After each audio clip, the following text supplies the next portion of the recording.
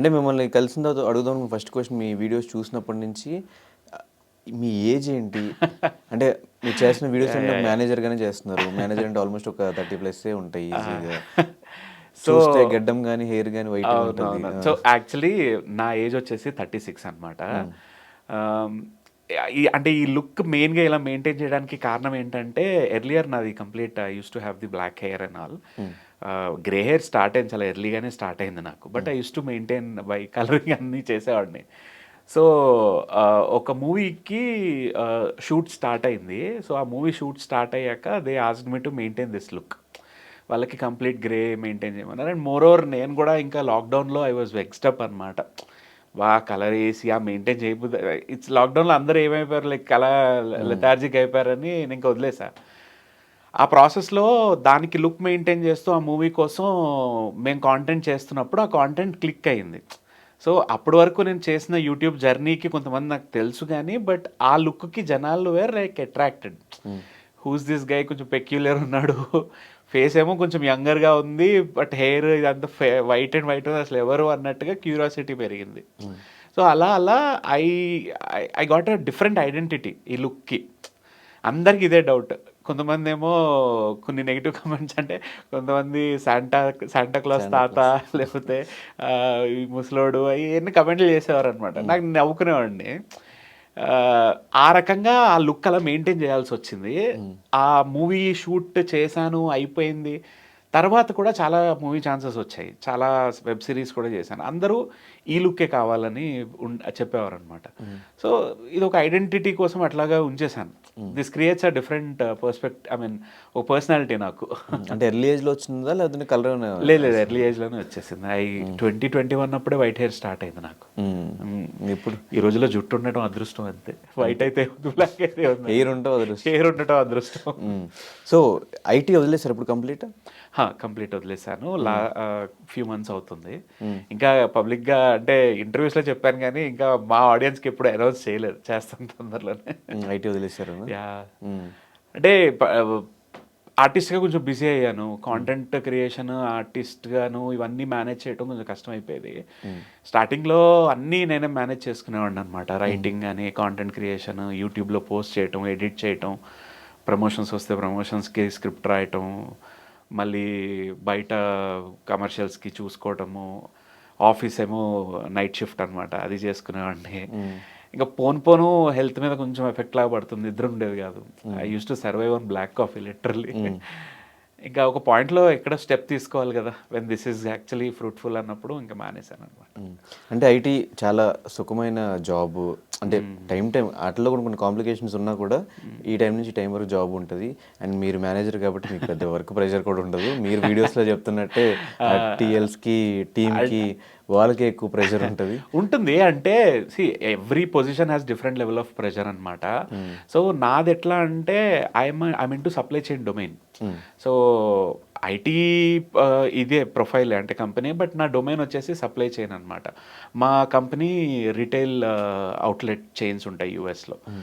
So నాది ఏమైపోయిందంటే నేను I have a very good habit of reading the people, చుట్టూ ఉన్న జనాన్ని, ఎన్వైర్న్మెంట్ని నాకు బాగా వంట పట్టించుకోవడం అలవాటు. నేను ఇండియన్ కంపెనీస్లోనూ చేశాను, అండ్ దెన్ ఈ యూఎస్ కంపెనీలో కూడా చేశాను అనమాట. సో నేను వీడియోస్లో ఏదైతే చూపించానో was completely my experience. Okay, completely my experience. మీరు టీమ్కి చేసేదా లేదంటే నేను ఒక ఎంప్లాయీగా, ఒక టీమ్ మెంబర్గా ఫేస్ చేసింది, అండ్ నేను మేనేజర్ అయిన తర్వాత ఎలా ఉన్నానో, టీమ్స్కి నాకు ఫేస్ అయిన ఎంప్లాయీస్ ఎలా ఉన్నారో అన్ని ఎక్స్పీరియన్సెస్ మిక్స్ చేసి చూపించాను అనమాట. మేజర్లీ ఒక పర్సంటేజ్ ఆఫ్ మేనేజర్స్ ఎలా ఉంటారో అది ఎక్కువ పిక్ చేసుకుంటాను నేను. మేనేజర్కి ఏంటంటే ఇప్పుడు టాప్ మేనేజ్మెంట్ నుంచి ఒక 100% ప్రెషర్ మేనేజర్కి ఇచ్చారనుకోండి, మేనేజర్ ఈ suppose to give 50% pressure. So కొంతమంది ఏంటి 100 పాస్ చేస్తారు. సో అది పాస్ చేస్తే ఎలా ఉంటుంది, పాస్ చేయకపోతే ఎలా ఉంటుంది అని డిఫరెంట్ సినారియోస్. మరి ఆ వీడియోస్ చేస్తున్న టైంలో మీ కంపెనీ నుంచి మీకు ఏమైనా ప్రెషర్ కానీ, ఎందుకు చేస్తున్నాను కంప్లైంట్స్ కానీ రావడం జరిగింది? ఆ విషయంలో కొంచెం లక్కీ నేను. నా మేనేజర్స్ పాపం చాలా ఫన్గా రియాక్ట్ అయ్యేవాళ్ళు.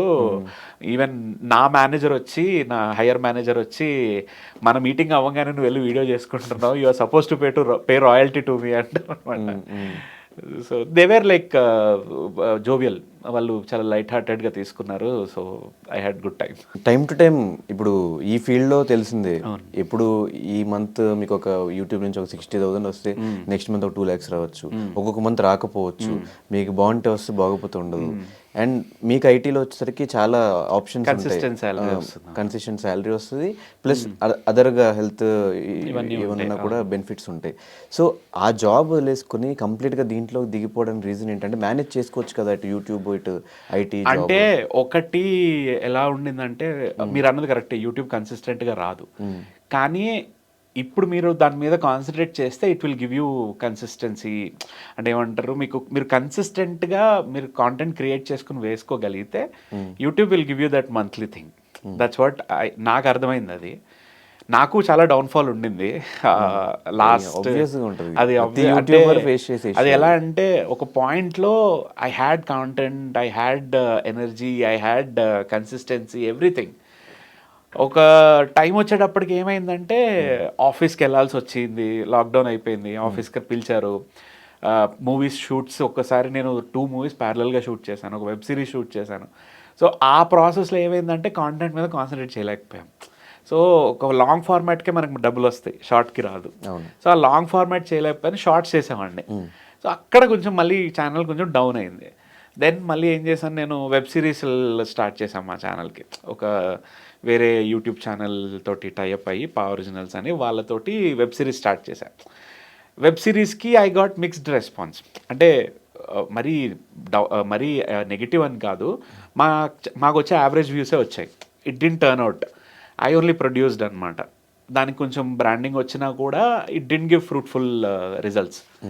సరే అని మళ్ళీ ఏం చేశాను, ఈసారి ప్రాపర్గా కూర్చొని ఒక స్క్రిప్ట్ పట్టుకుని దాని మీద చేద్దాము, ఇది సక్సెస్ అయితే it depends on the other this thing, లేదా ట్రెండ్కి తగ్గట్టుగా we will go with sketch videos అని డిసైడ్ అయ్యామన్నమాట. సో ఇది పక్కన పెడితే కన్సిస్టెంట్గా మనీ వస్తాయా అంటే శాలరీకి ఈక్వల్ చేసి మనం కాన్సన్ట్రేట్ చేసుకుంటే డబ్బులు వస్తాయి బేసికల్గా. There is a lot of scope here. I mean not by promoting everything అనుకోండి, బట్ మీరు ప్రాపర్గా చూస్ చేసుకుంటే there are brands who come to you regularly to promote their things.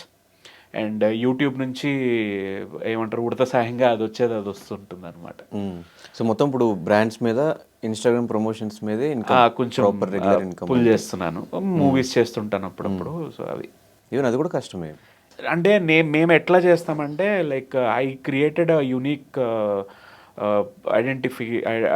Identity for our promotions అనమాట. మేము మా concepts ఎలా రాస్తామో, so ప్రమోషన్స్కి కూడా I create a story, I create a proper add thing. ఇప్పుడు మన టీవీస్లో చూసినట్టుగా ప్రాపర్గా స్క్రిప్ట్ రాసి బ్రాండ్కి ఓకే అన్నాకే మేము ప్రమోట్ చేస్తుంటాం అనమాట.